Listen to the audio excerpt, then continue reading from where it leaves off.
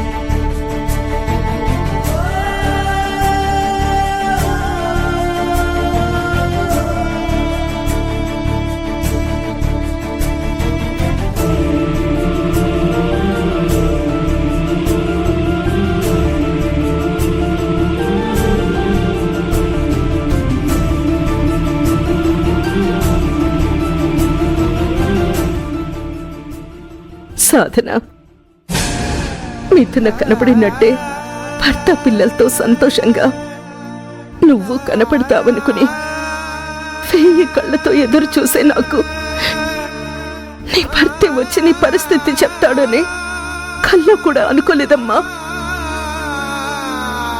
ఈ ఇంటి నుంచి ముందు వెళ్ళిపోయింది నువ్వు. పైగా మీ నాన్న ఎక్కువ ప్రేమ చూపింది కూడా నీ మీదే. కాబట్టి ఇప్పటికీ ఆయనకి నీ మీదే ఎక్కువ ద్వేషం. ఆయన తెచ్చిన సంబంధం చేసుకోకుండా పీటల మీద నుంచి వెళ్ళిపోయావని మీ నాన్న కోపమే, ఆయన శాపమే, మీ నాన్న ద్వేషమే నీకు తగిలిందేమో తల్లి. బంగారంలా బతికున్న దాన్ని చచ్చింది చచ్చింది అని హస్తమానం అనడం వల్లే నువ్విప్పుడు చావు బతుకుల్లో ఉండాల్సిన పరిస్థితి వచ్చిందేమో. అయ్యో భగవంతుడా, ఎన్ని పూజలు చేశాను నాకు నా పెద్ద కూతురి జాడ తెలిసేలా చేయమని. కానీ నువ్వు నా బిడ్డకి ఇలాంటి పరిస్థితి కల్పించావా తండ్రి?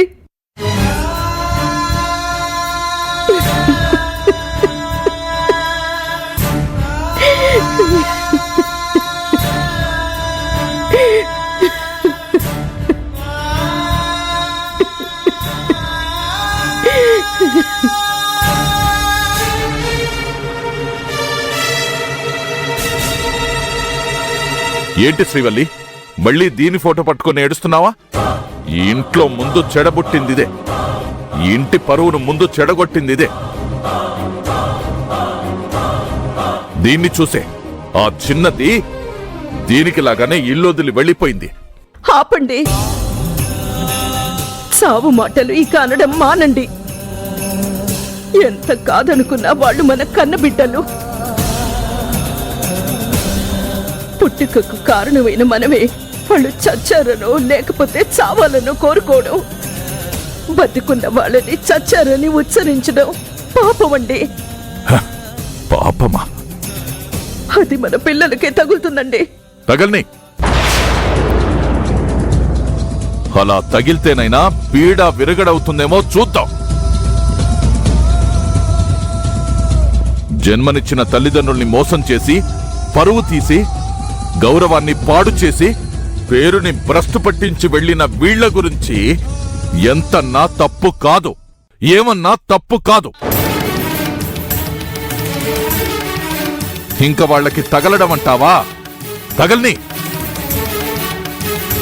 నా దృష్టిలో ఎలాగూ చచ్చిన వాళ్ళు ఈ భూమి మీద ఉంటే ఎంత, పోతే ఎంత? ఏమండి, ఎందుకండి మీకింత ద్వేషం? ఎన్నేళ్లైనా ఆ ద్వేషాన్ని తగ్గించుకోరా మీరు? చిన్నప్పటి నుంచి ఏ తండ్రి ప్రేమించినంతగా ప్రేమించారే, ఇప్పటికైనా ఆ తండ్రి మనసుతో క్షమించలేరా వాళ్ళని? క్షమించడమా? వాళ్ళనా? క్షమించలేను. క్షమించడానికి ఆ తండ్రి ఉంటే కదా. ఆ తండ్రి ఎప్పుడో చచ్చిపోయాడు. కాబట్టి నేను వాళ్ళని ఎప్పటికీ క్షమించడం అనేది జరగదు. జరగదు. ఈ ఇంట్లోకి వీళ్ళిద్దరూ తిరిగి అడుగు పెట్టడం అనేది కూడా జరగదు. ఇప్పటి వరకు అలాంటి ఆశలేమైనా నీ మనసులో ఉంటే ఇప్పుడే ఈ క్షణమే ఆ ఆశల్ని చంపేసుకో శ్రీవల్లి. ఎందుకంటే ఆ ఆశలు ఎప్పటికీ నిజం కావు కాబట్టి. ఏమండి, ఏం చేస్తున్నారండి? ఈ ఫోటోలు ఇక్కడ ఉండకూడదు. ఈ ఫోటోలు ఈ ఇంట్లో ఉండడం కరెక్ట్ కాదు. వీటిని ఇక్కడి నుంచి తీసి పారేస్తేనే ఈ ఇంటికి మనకు శాంతి. ఏమండి, వద్దండి.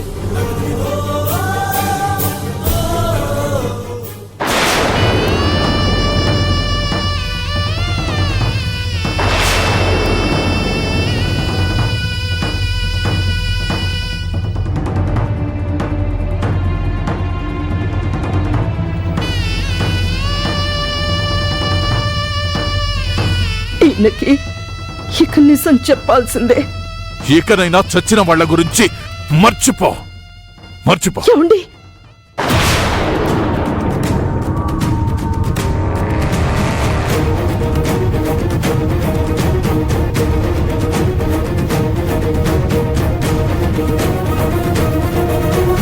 ఏంటి?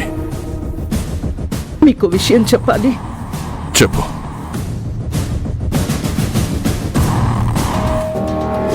వద్దత్తయ్య గారు, దయచేసి సాధన ఎలా ఉందని అటు మావయ్య గారికి గాని, ఇటు మీ రెండో కూతురికి గాని, మీ బంధుమిత్రులకు గాని ఎవరికీ చెప్పకండి.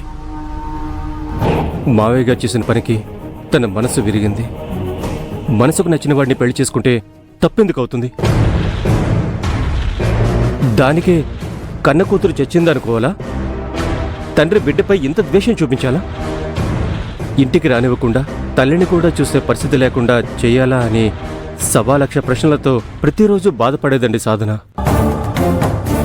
అలా బాధపడుతూ తను కూడా మావయ్య గారి మీద ద్వేషం పెంచుకుంది. చెప్పాలంటే సాధనకి ఈ పరిస్థితి రావడానికి కారణం మావయ్య గారు ఇలా చేయడమేనండి. ఇప్పుడు తన్ని చూడ్డానికి మీరొచ్చినా, మీ వాళ్ళు ఎవరొచ్చినా సాధనకి తన ఇన్నేళ్ల బాధంతా గుర్తుకొస్తుంది. అది తనని ఇంకా కుంగదీస్తుంది. దానివల్ల తన పరిస్థితి ఇంకా దిగజారిపోతుంది. అప్పుడు తనని బ్రతికించుకోవడం కష్టమవుతుంది. అత్తయ్య గారు, అందుకే చెప్తున్నాను, కొన్ని రోజులు తనని చూడ్డానికి మీరు రాకండి, ఎవరినీ పంపకండి. తను కాస్త కోలుకున్నాక అప్పుడు నేనే మీకు ఫోన్ చేస్తాను. అప్పుడు కావాలంటే అందరూ వద్దురు గాని.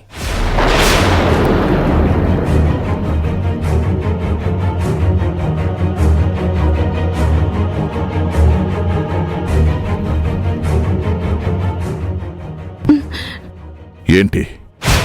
ఏదో చెప్పాలని చెప్పకుండా ఏదో ఆలోచిస్తున్నావు?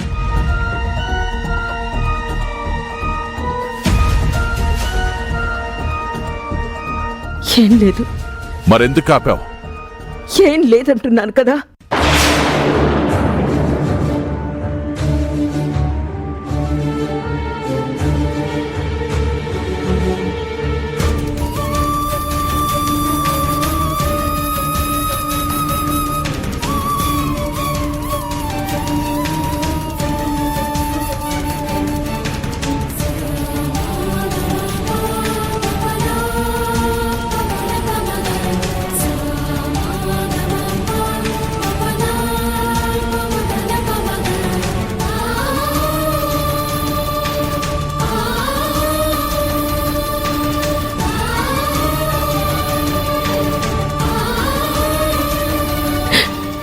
దేవుడా, నా బిడ్డని కాపాడు. నా ఆయుష్ కూడా పోసుకొని నా కూతుళ్ళిద్దరూ సంతోషంగా ఉండాలి.